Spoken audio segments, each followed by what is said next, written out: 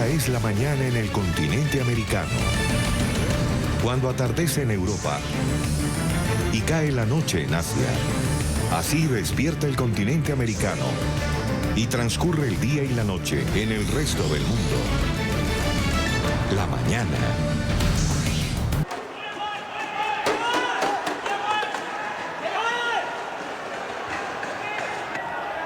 Hoy ha llegado la calma, lo decíamos hace un momento, pero esto es lo que se vivió en Hong Kong en las últimas horas, en el aeropuerto internacional de la ex colonia británica. Recordemos, es uno de los más concurridos de todo el mundo.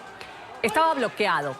Esta terminal aérea fue tomada por manifestantes pro democracia que rechazaban la represión durante las movilizaciones del pasado fin de semana, que dejó 45 personas heridas.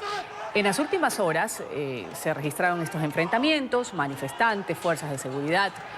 Beijing hablaba de señales de terrorismo durante estas protestas. La alta comisionada de la ONU para los Derechos Humanos, Bachelet, condenó la violencia también. Por su parte, el presidente Trump informó sobre el envío de tropas por parte de China a la frontera con Hong Kong.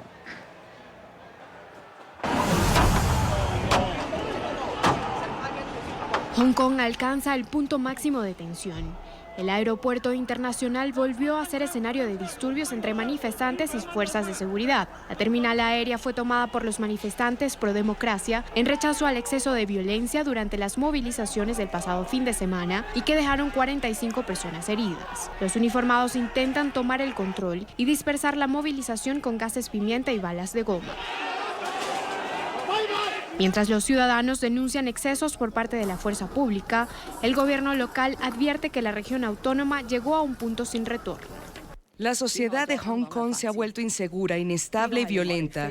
La violencia, sin importar si la perpetra o la confabula, empujará a Hong Kong por un camino sin retorno. Pondrá a la sociedad de Hong Kong en una situación muy ansiosa y peligrosa. El presidente de Estados Unidos, por su parte, confirmó que el gobierno chino está movilizando tropas a la frontera con Hong Kong.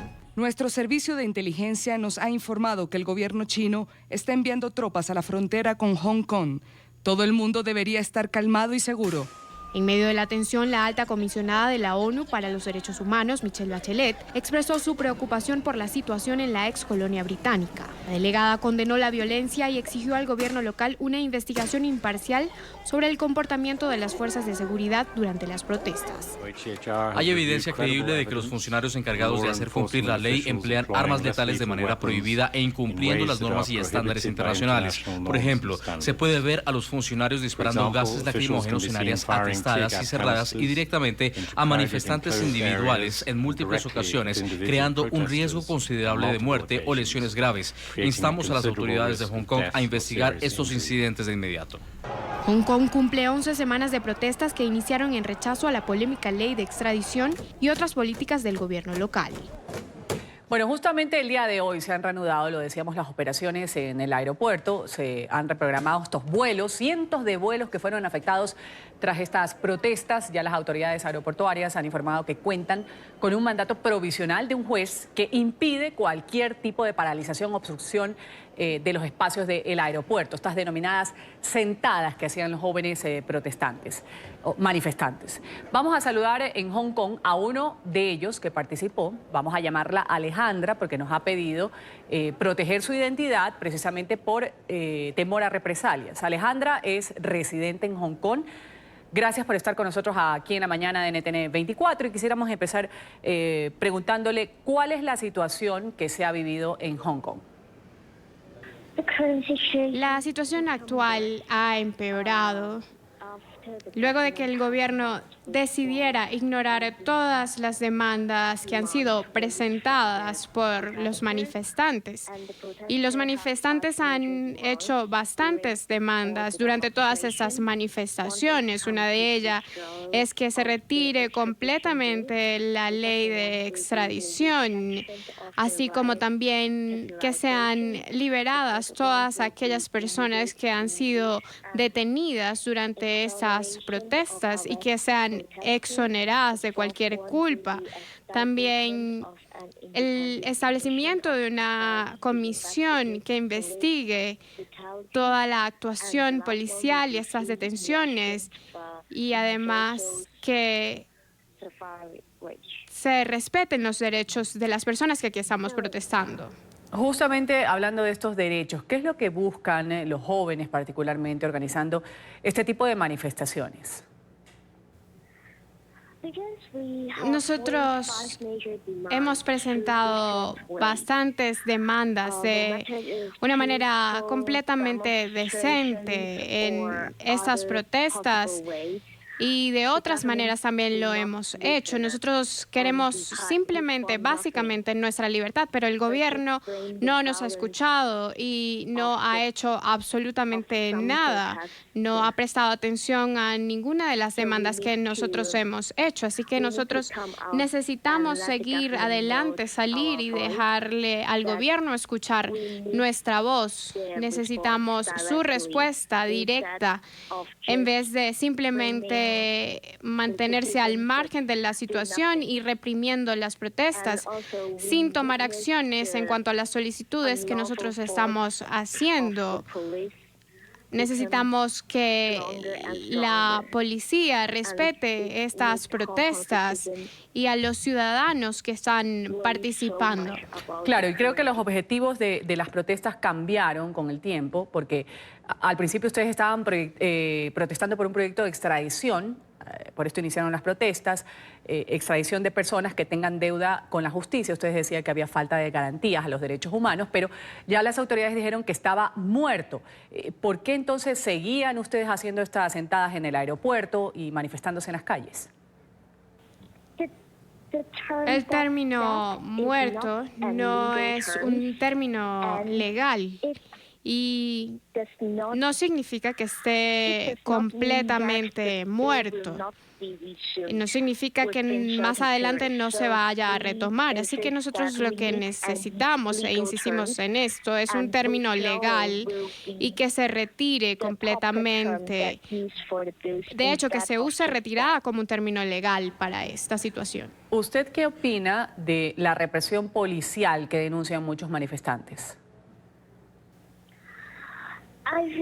Yo creo que cuando las personas se juntan, es necesario que, la policía haga su trabajo. Yo entiendo esto, pero la policía actualmente está usando demasiados dispositivos y mucha fuerza contra la gente. Por ejemplo, ellos usan el gas lacrimógeno que está vencido y lo lanzan contra la población, y de hecho también lo están haciendo en estaciones de tren, que es peligroso para los ciudadanos, no solo para los protestantes, sino también para cualquier persona que esté pasando por el lugar, y ellos no deberían hacer esto. Están además usando balas de goma que han afectado a ciudadanos y las están lanzando a muy cortas distancias. También las fuerzas de seguridad están ahora en cooperación con las pandillas. Y además retomo el tema de las balas de goma. De hecho, en días pasados, una chica resultó herida y perdió permanentemente sus dos ojos por esta situación. Claro, justamente por eso protestan con un ojo tapado, lo decíamos al inicio de esta entrega informativa. Y la pregunta aquí es, ¿a usted le da temor salir a las calles a protestar a partir de todas estas balas de goma que están siendo disparadas por parte de la policía para contener estas manifestaciones?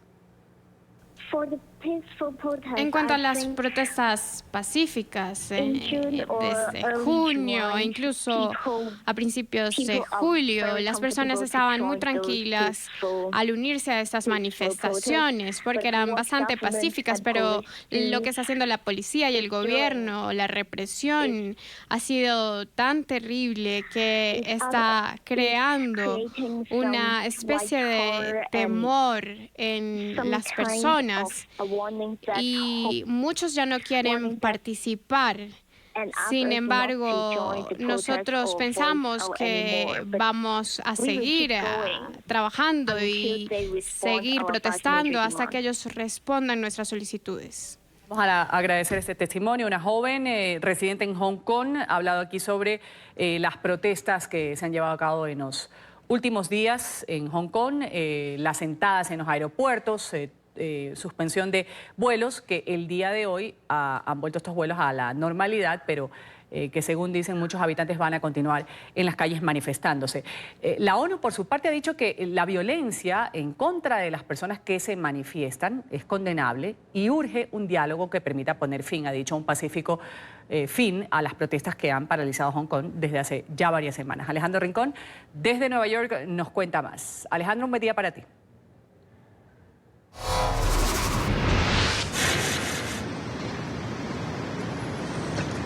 Hola, feliz miércoles para todos. El malestar social y la consecuente represión por parte de las autoridades de Hong Kong ha llevado a la Organización de Naciones Unidas a alzar su voz de preocupación por una parte y por otra de recordar que la Carta Universal de los Derechos Humanos garantiza a los pueblos de todo el planeta no solo la libre expresión, sino también la asamblea y el derecho a la protesta pacífica. Es en este contexto que la Alta Comisaría para los Derechos Humanos de Naciones Unidas recuerda que las autoridades de Hong Kong, más allá de reprimir y usar la fuerza, deben hacer lo posible para establecer un diálogo que conduzca a una solución pacífica a la crisis que afecta ahora mismo al territorio de Hong Kong. A continuación, un poco más del argumento por el cual Naciones Unidas y su Comisaría para los Derechos Humanos hace un llamado a la calma en esa región del mundo. Vean. Ella condena cualquier forma de violencia o de destrucción.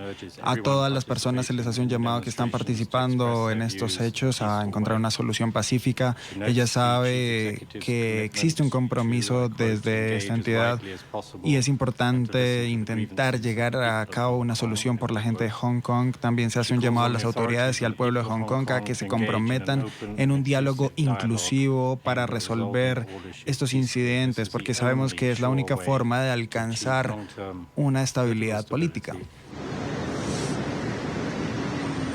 En declaraciones adicionales a las que ustedes acaban de escuchar, el portavoz Rupert Colville aseguró que Naciones Unidas ahora mismo cuenta con información preocupante sobre uno de los principales mecanismos de represión a las protestas, específicamente el uso de gases lacrimógenos en áreas cerradas, lo que de acuerdo con los estándares internacionales representa una violación al tipo de uso de este mecanismo de control social. Adicionalmente, o a raíz de esta circunstancia, pues el llamado, al menos de la Oficina de Derechos Humanos de la ONU, es que las autoridades de Hong Kong investiguen y sobre todo establezcan si se cometieron faltas o no a las leyes humanitarias internacionales.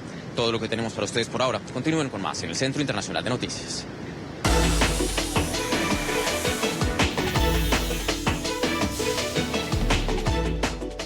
Vamos a revisar otras noticias que se generan en Estados Unidos. Miles de migrantes legales están en riesgo de enfrentar la deportación. Esto luego de los anuncios hechos por la Casa Blanca sobre las nuevas medidas migratorias que permiten a agentes revisar si solicitantes de residencia son una carga pública para la nación o no. Los extranjeros que tengan en regla sus papeles, pero que hagan uso de ayudas públicas, podrían ser devueltos a sus países de origen. Vamos a desarrollar este tema con Emiliana Molina. Emiliana.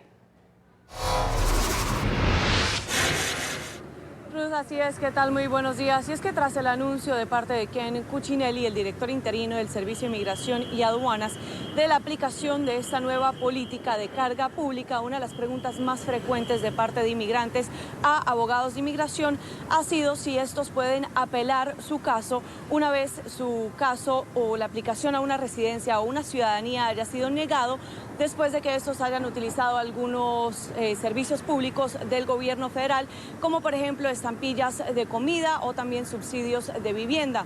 La respuesta de estos abogados de inmigración es que no pueden apelar, pero lo que sí pueden hacer es presentar una moción de reconsideración argumentando que la decisión del juez es incorrecta basada en la ley. Sin embargo, algunos expertos de inmigración aseguran que este tipo de situaciones simplemente va a causar más temor entre los inmigrantes que al final del día no van a terminar llenando una nueva aplicación para hacerse residentes en Estados Unidos o ciudadanos. pero hay que recordar de que mucha gente, por el miedo que existe en este momento, y esta es una de las muchas políticas que hemos visto, ¿verdad? No solo es esto, pero es la retórica que usa el presidente, ¿verdad? Es todas las otras cosas que quiere eliminar dentro de cómo alguien puede ajustar de llegar a ser indocumentado a la legalidad, que esto va a tener implicaciones, ¿verdad? Y lo que tenemos miedo es que mucha gente que dejen de acudir a cosas que sí tienen el derecho de recibir, sea porque lo da el Estado, sea porque califican, porque estas son las cosas que fortalecen a nuestras familias y aseguran que puedan seguir contribuyendo a fortalecer a nuestras comunidades. En las últimas horas, 2 condados de California también entablaron una demanda contra esta nueva política de la administración de Trump que podría entrar en vigor el próximo 15 de octubre. Esta es toda la información que tenemos en directo desde Washington. Emiliana Molina, Ruth, regreso con ustedes. Muchas gracias, Emiliana, por ese reporte. La Administración Federal de Aviación de Estados Unidos ha prohibido llevar los MacBook Pro fabricados entre septiembre del 2015 a febrero del 2017 a bordo de los vuelos. Esto luego de que Apple aceptara que sus baterías pueden llegar a incendiarse. La información la tenemos enseguida desde Florida con Paola Serna. Paola.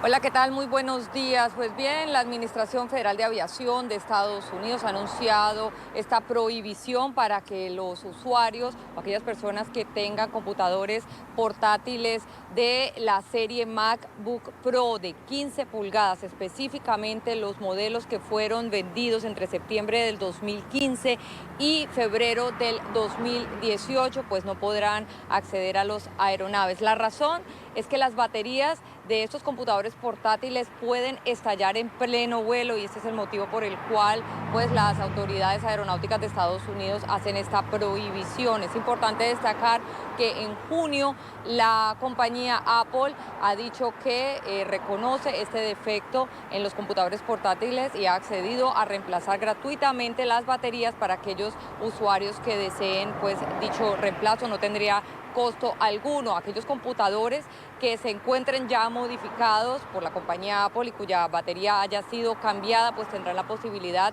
de ingresar a las aeronaves aquí en territorio estadounidense. La medida también ya ha sido tomada por lo menos por 4 aerolíneas europeas que también han hecho la prohibición de que en sus aviones ingresen los computadores portátiles de la serie MacBook Pro de 15 pulgadas nuevamente, que fueron vendidos entre septiembre del 2015 y febrero del 2018. La información desde Miami, soy Paola Serna. Continúen con más desde nuestros estudios centrales. Hablamos inmediatamente de Alejandro Giammattei. Él aseguró que va a evitar la confrontación para alcanzar soluciones a la migración irregular con el presidente de Estados Unidos, Donald Trump.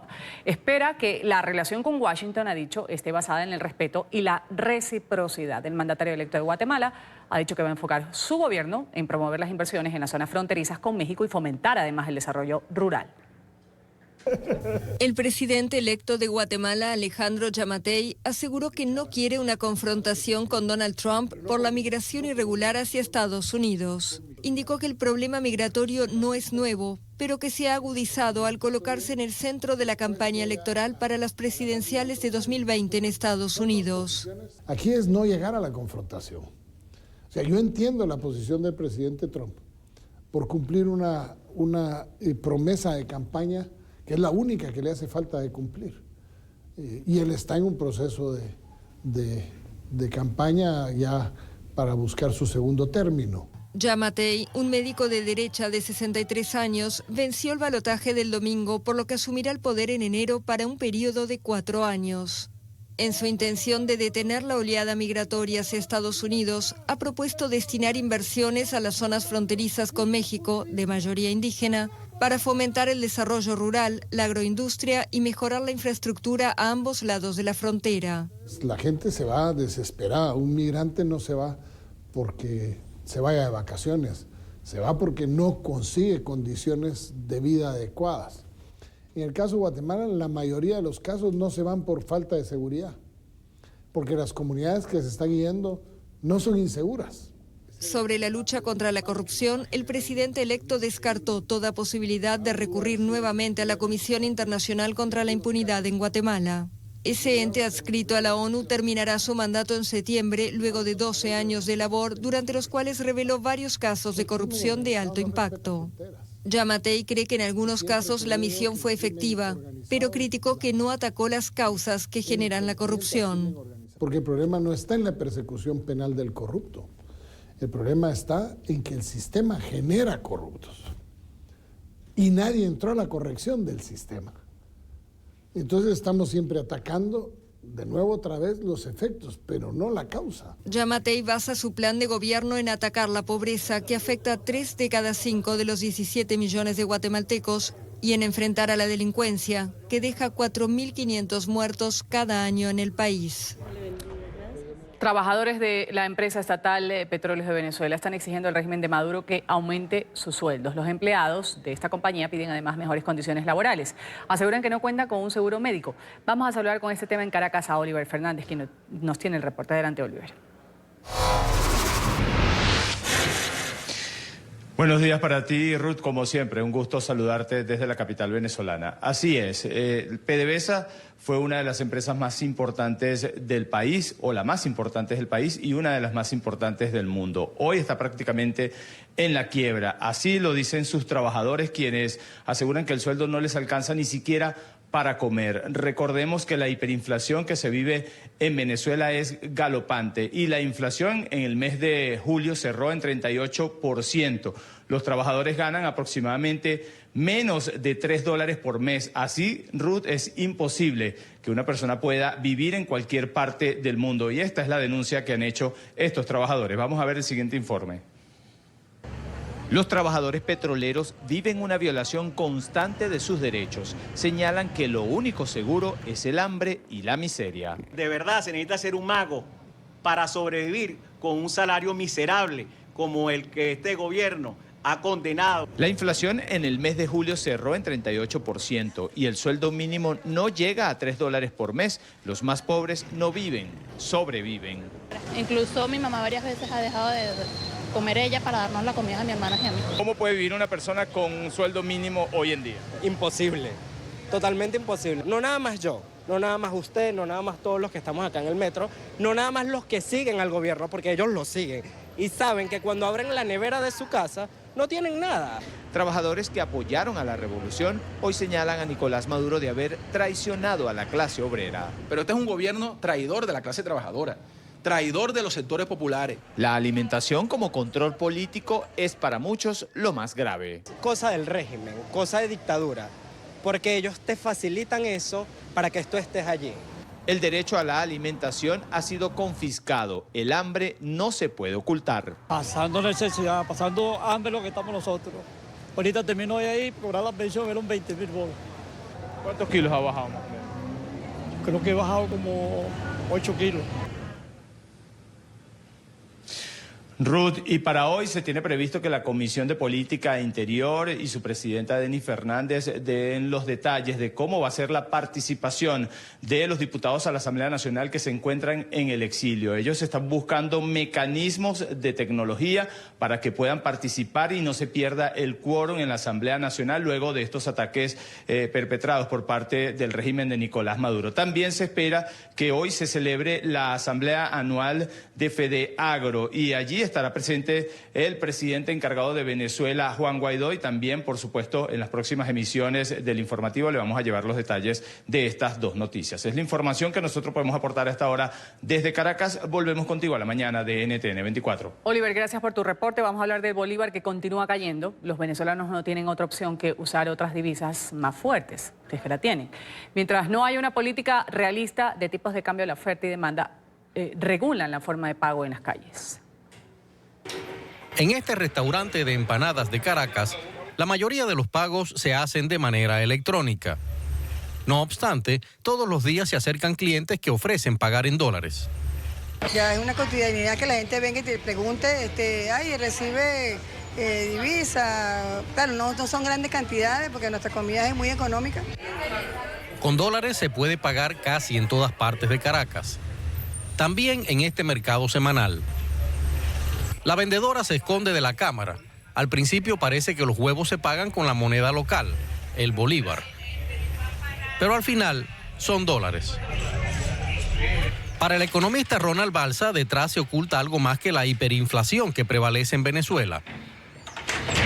Lo que hay es una circulación de dólares, de bolívares, de pesos y de otras monedas en este momento, justamente porque hemos pasado por una hiperinflación, al mismo tiempo que el Banco Central ha permitido que el efectivo en circulación pierda valor muy rápido, sin hacer una actualización adecuada del cono monetario.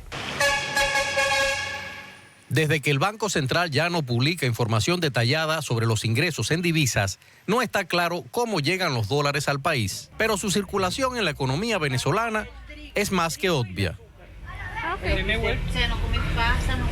Los dólares que podían entrar por actividades privadas, tampoco sabemos cuántos entran y por qué. Algunos pueden ser ilegales, incluso sin ser criminales, porque mucho de la ley de ilícitos cambiarios impedía que se utilizaran esos dólares de un modo transparente.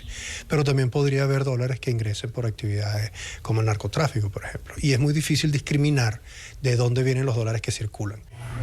A esto se suman las transferencias de algunos venezolanos en dólares, lo que estimula el mercado de importación. En este supermercado de Caracas no se aprecia la escasez, pero los productos importados son hasta 2 o 3 veces más caros que en Estados Unidos y Europa. Hay tiendas donde solo se vendían productos importados. Estos llamados bodegones existen ahora en casi todo el país. Su clientela es exclusiva, tiene mucho dinero. La dolarización informal es un fenómeno que distorsiona los precios de todos los productos en Venezuela. En los últimos años, la escasez había sido un problema que afectaba a todos los comercios. Y aunque ahora en los estantes se ven productos importados, no todo el mundo puede comprarlos. Muchas personas aquí no ganan en dólares, entonces está como complicado pagar todo también en dólares. Ya se ve en Venezuela como por debajo de mesa, porque eso no es legalmente aún, cómo se maneja la dolarización. Me afecta muchísimo, ya que yo sigo ganando en bolívares y todo lo que estoy adquiriendo es en dólares. Los economistas no se hacen ilusiones. Mientras no haya una política realista de tipos de cambio, la oferta y demanda regula la forma de pago en las calles. En Colombia hay preocupación muy honda además por la forma en la que 3 delincuentes utilizan a un niño para robar en el centro de Bogotá. Todo esto ha quedado registrado en una cámara de seguridad. Ahí se ve al menor de edad que es entrenado para sustraer maletas, billeteras, teléfonos móviles. Las autoridades están buscando a los responsables. Lo que hará el hombre que acaba de ingresar a este negocio del centro de Bogotá con el niño que lleva en la mano les quitará el aliento. Observen al adulto. Se hace el que busca un producto mientras el menor se acerca con aparente inocencia a la persona de chaqueta negra en el mostrador. Pero cuando el hombre que lo guía se agacha, el niño parece entender que esa es la señal para robar el paquete en los pies del comprador. Con el botín en la mano, el niño es rodeado por 2 mujeres que cargan bebés en sus brazos y cubren la huida del niño y el hombre que parece liderar el hurto. Al repetir el video, se ve que las mujeres con los bebés ingresan primero para no levantar sospechas y posiblemente marcar a la víctima. Y segundos después, entra el hombre con el niño y de manera sincronizada cometen el hurto.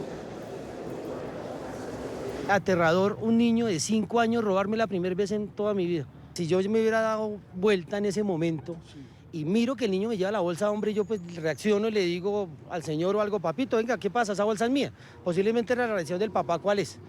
Papito, ¿usted qué cogió eso? No es suyo, o sea, qué pena, señor, discúlpeme. Y yo simplemente diría, sí, vea, hombre, qué pena, el niño cogió eso como travesura.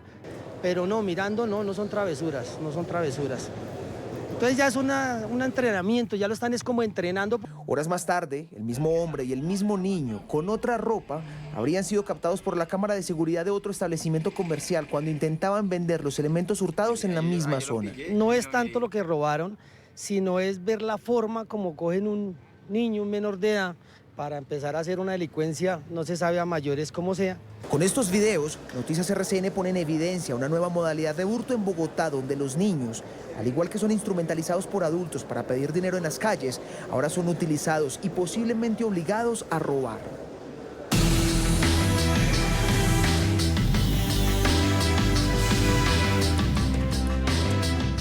Vamos ahora a hablar de otro drama que implica a 151 migrantes que se encuentran en el buque español Open Arms. Hoy se cumplen 13 días desde que estas personas han sido rescatadas en alta mar.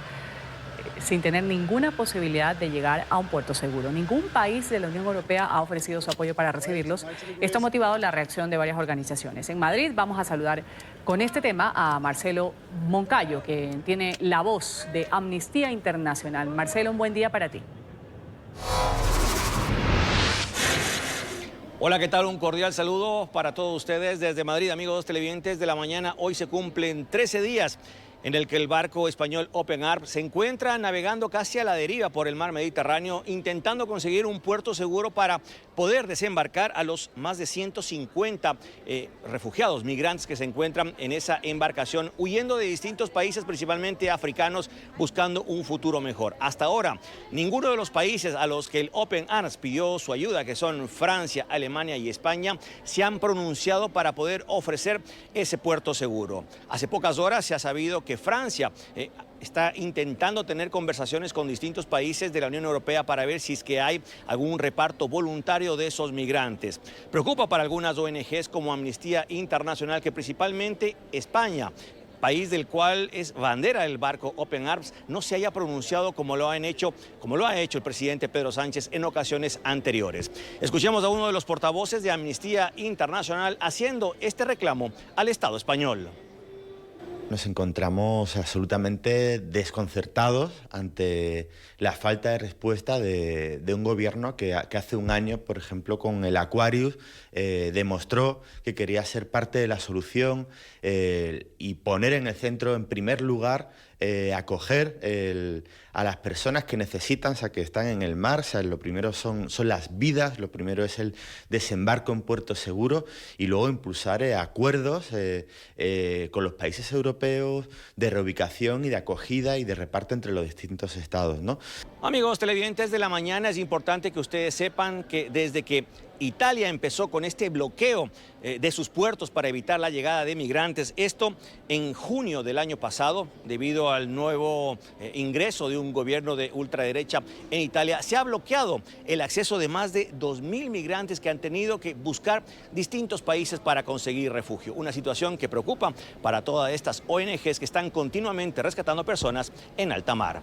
Este es el informe para la mañana. Sigan ustedes con más aquí en NTN 24. Hasta pronto. Hasta pronto, Marcelo. Y vamos a seguir con este mismo tema. Justamente hace unos minutos una familia de migrantes africanos fue evacuada del buque humanitario Open Arms, del que hablabas, en el Mediterráneo. Este operativo lo efectuó la Guardia Costera de Italia. Entre los evacuados hay 2 bebés, uno de los cuales presentaba problemas respiratorios. Los 4 miembros de esta familia han sido trasladados a la isla italiana de Lampedusa.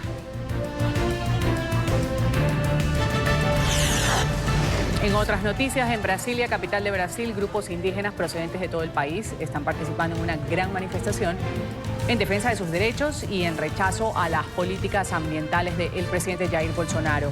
El gigante sudamericano tiene más de 850.000 indígenas, menos del 1% de su población. Viven en reservas que representan alrededor del 13% del territorio del país. Bolsonaro considera que, en sus palabras, es demasiada tierra para tan poca gente. Ha prometido revisar algunas fronteras de estas reservas. En la protesta también denunciaron la destrucción de la selva amazónica brasileña. El éxodo de ciudadanos venezolanos no se va a detener, así lo estima la Agencia para los Refugiados de Naciones Unidas, ACNUR. Este martes el alto comisionado visitó Chile, país que ha recibido 10% de los 4 millones de venezolanos que han abandonado la nación. Filippo Grandi, que se reunió con el canciller chileno Teodoro Rivera para discutir la situación de los refugiados, ha asegurado que la desbordante migración se va a prolongar mientras la situación política no cambie. Grandi ha dicho que esta oleada migrante es la más importante que ha observado el organismo que lidera y es uno de los flujos más importantes que ha visto en décadas. La ACNUR ha afirmado que este representante ha viajado a Brasil, donde se va a reunir con autoridades, representantes de organizaciones sociales y con venezolanos. Yo no estoy muy optimista. Yo creo que este flujo de venezolanos en la región, un flujo muy importante, el más importante que hemos conocido nosotros en el ACNUR, no solamente en esta región, es uno de los flujos más importantes que hemos visto en el mundo en las décadas pasadas. Yo creo que ese flujo va a continuar si no hay una solución política en Venezuela que permita a estas personas de regresar a su país.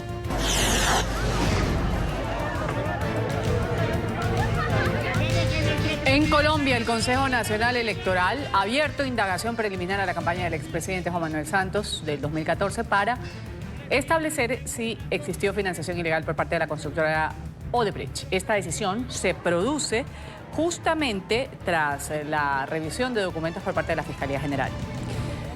El exmandatario fue citado a rendir versión el próximo 4 de octubre. Los abogados de Santos ya han alegado caducidad en estos hechos, aseguran que no es posible abrir una investigación.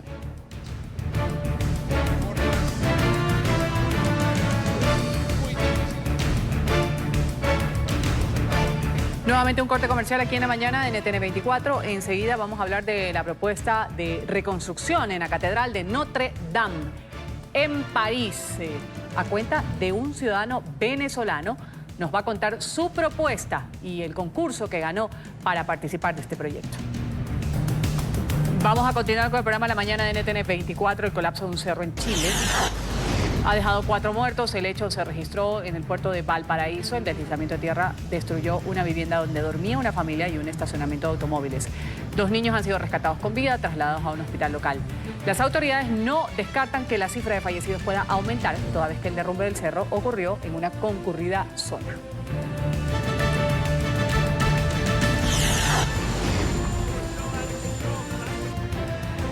Los condados de San Francisco y de Santa Clara han presentado una demanda contra las nuevas reglas de carga pública de la administración del presidente Donald Trump, que restringe la entrada de la inmigración legal, como la residencia permanente, la extensión de la visa. La demanda no es la primera, después de que el Departamento de Seguridad Nacional anunciara el lunes que negaría la llamada Green Card a migrantes que usan cupones de alimentos, cupones de viviendas u otras formas de asistencia pública.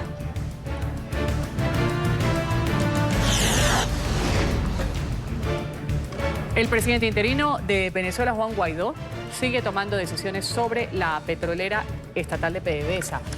El mandatario encargado ha designado al nuevo presidente de la filial petrolera en Estados Unidos, Citgo.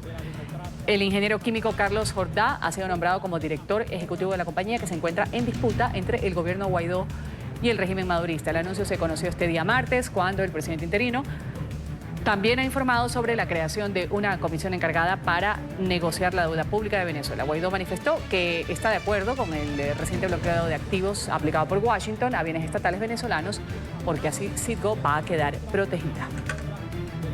Estamos en la búsqueda de un CEO de Citgo para poder salvaguardar, proteger ese activo, ponerlo al servicio de Venezuela, generar las auditorías correspondientes de lo que fueron 20 años de manejo de esa industria. Y hemos entrevistado a Carlos Jordá, ingeniero químico de la central venezolano, que tiene amplia experiencia y va a estar entonces como respaldando y ayudando en lo que ha sido esta salvaguarda.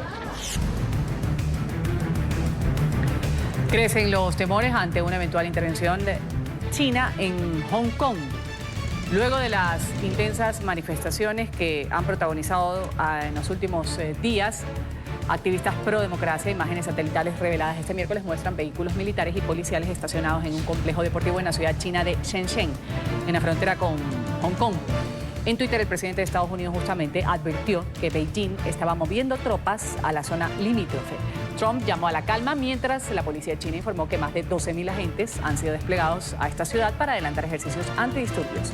La soberanía de Hong Kong, una antigua colonia británica, fue entregada en el 97 a China, pero mantiene su autonomía frente a Beijing en asuntos políticos y económicos.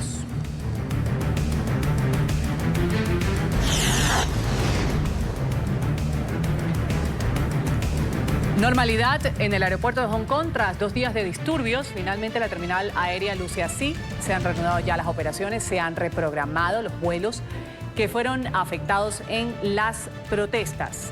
Las autoridades aeroportuarias han informado que cuentan con un mandato provisional de un juez que impide la obstrucción de los espacios del aeropuerto. La orden judicial prohíbe además a los ciudadanos asistir o participar en cualquier manifestación dentro de la terminal aérea. Tras estos disturbios, China condenó la violencia, afirmó que estos hechos pueden ser considerados como actos de terrorismo.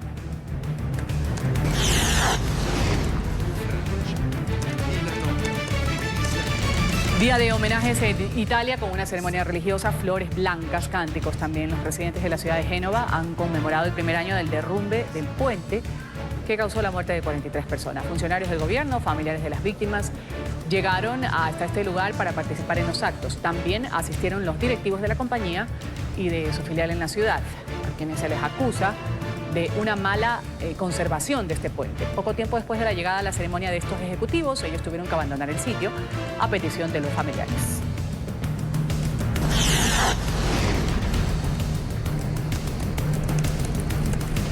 Con aviones cisterna, más de 200 bomberos en Grecia intentan detener el incendio en la isla de Eubea, que amenaza con causar una enorme catástrofe ecológica al arrasar una de las reservas mejor conservadas de flora y fauna salvaje de todo el país. Las altas temperaturas, los fuertes vientos están dificultando las tareas de extinción de llamas. Esta isla es la segunda más grande de Grecia.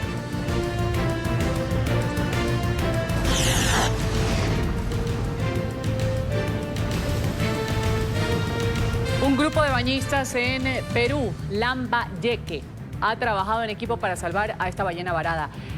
El animal de 10 metros de largo fue retomado a las aguas profundas tras una operación que requirió mucho esfuerzo. En los últimos 15 días, 2 ballenas jorobadas han aparecido en estas playas peruanas.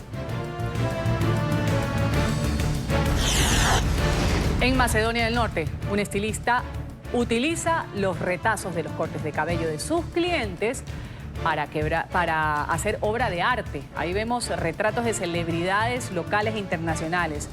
Entre los más destacados están representaciones de deportistas, como por ejemplo Ronaldinho, también el tenista serbio Novak Djokovic.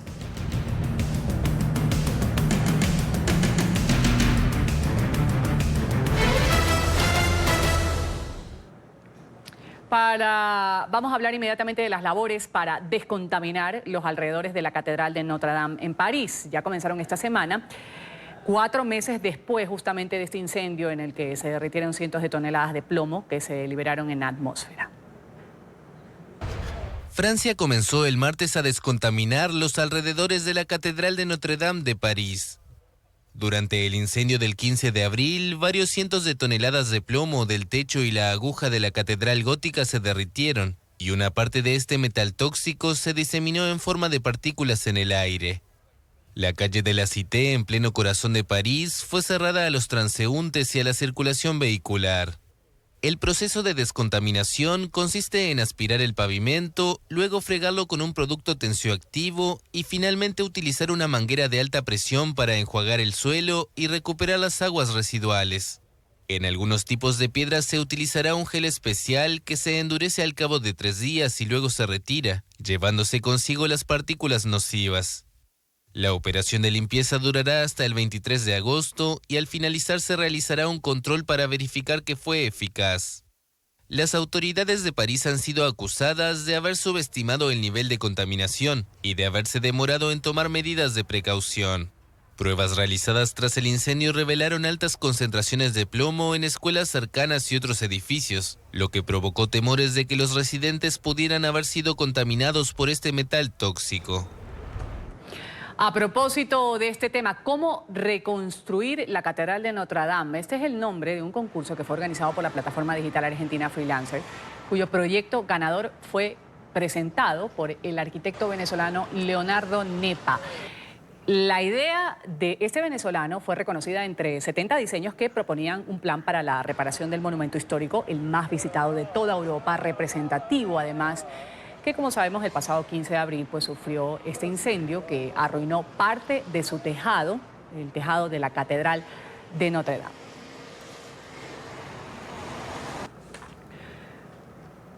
Leonardo Nepa, el arquitecto que quiere llenar de luz a Notre Dame, está con nosotros aquí en la mañana de NTN 24.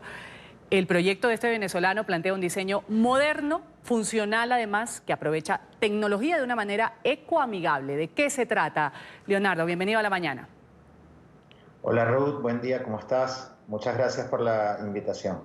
Cuéntanos un poco de este proyecto. ¿Cómo nace tu idea de participar en esta reconstrucción? Estamos hablando de un venezolano que se preocupa o que se proyecta hacia la reconstrucción de un monumento histórico muy importante en París. Bueno, yo creo que desde el suceso uno siempre queda como un poco arraigado a la idea de cómo aportar ideas hacia un evento como este y sobre todo hacia un monumento tan importante como es la Catedral de Notre Dame.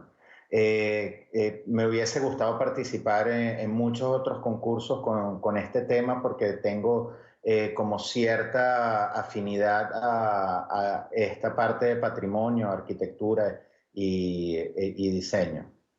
Ahora, el diseño que has presentado, según lo que estoy leyendo, se basa en la sustitución de techo y la aguja, que todos éramos testigos en aquel momento de que se desplomaba esta aguja dañada, por paneles solares transparentes. ¿Cómo sería eso? Fíjate, yo propongo, mantener un poco la imagen de lo que era la catedral en su forma original, tratar de mantener la forma, la escala, ciertos detalles de lo que era la cubierta original, pero reconstruirla con materiales y tecnologías actuales y sobre todo con vista hacia el futuro, ¿verdad? Para darle mayor estabilidad y otro concepto distinto que creo que es una buena oportunidad para que tanto la Iglesia como el gobierno se introduzca dentro del tema de la sostenibilidad, que crea un compromiso que la gente puede identificarse con él. Ahora, se dice que estos paneles pueden tener diferentes densidades para controlar una temperatura interna según la estación del año. ¿Cuán aplicable es esto? Porque no estamos hablando de mucho tiempo que se ha experimentado con este tipo de diseños. ¿Cómo lo ves tú en un futuro muy próximo? Correcto. Este panel, por un lado, nos permite el paso de la luz, cosa que también es importante acotar que dentro de la catedral normalmente hay una atmósfera gótica muy oscura. Con esto podríamos ingresar un poco de luz al interior, obviamente controlando de que no sea en exceso, pero habría que adicionar otras técnicas, otras tecnologías con el diseño para evitar tanto un sobrecalentamiento en el verano como un exceso de frío en el invierno, simplemente por el tipo de material. Pero nos permitiría también la captación de energía solar, que esto ayudaría a volver la catedral autosostenible a nivel energético, al igual que a nivel de agua podemos captar el agua de lluvia para poderla reutilizar en el funcionamiento y en los entornos de la iglesia. Ahora, este concurso que has ganado, la plataforma freelancer.com, una plataforma de contacto de trabajadores independientes, ¿de qué forma trabajan con el gobierno francés, que dijo, pues vamos a levantar en tanto tiempo, se hablaba de 5, de 10 años? ¿Cómo van a ustedes a coordinar lo que es la reparación de la Catedral de Notre Dame? Porque no es una cosa sencilla. No, para nada. No sé todavía si existe algún tipo de contacto del gobierno francés con la plataforma, de que a lo mejor estén interesados en los diseños que se presentaron dentro de este concurso exactamente, o si se va a manejar directamente por algún instituto de cultura y patrimonio del gobierno francés que vaya a tomar la decisión de quién es el que va a hacer la reconstrucción realmente. Sí nos gustaría aportar nuestras ideas y tenemos el compromiso también de poder trabajar tanto con el gobierno, quien sea necesario para poder ofrecer nuestra mano, pero no sé exactamente hasta el momento cómo se estará manejando a nivel del gobierno francés. Gracias a Leonardo Nepa, venezolano. Vamos a seguir informando sobre este trayecto de lo que va a suceder con la Catedral de Notre Dame en París. Gracias por haber estado con nosotros aquí en La Mañana. Muchísimas gracias a ti, Ruth.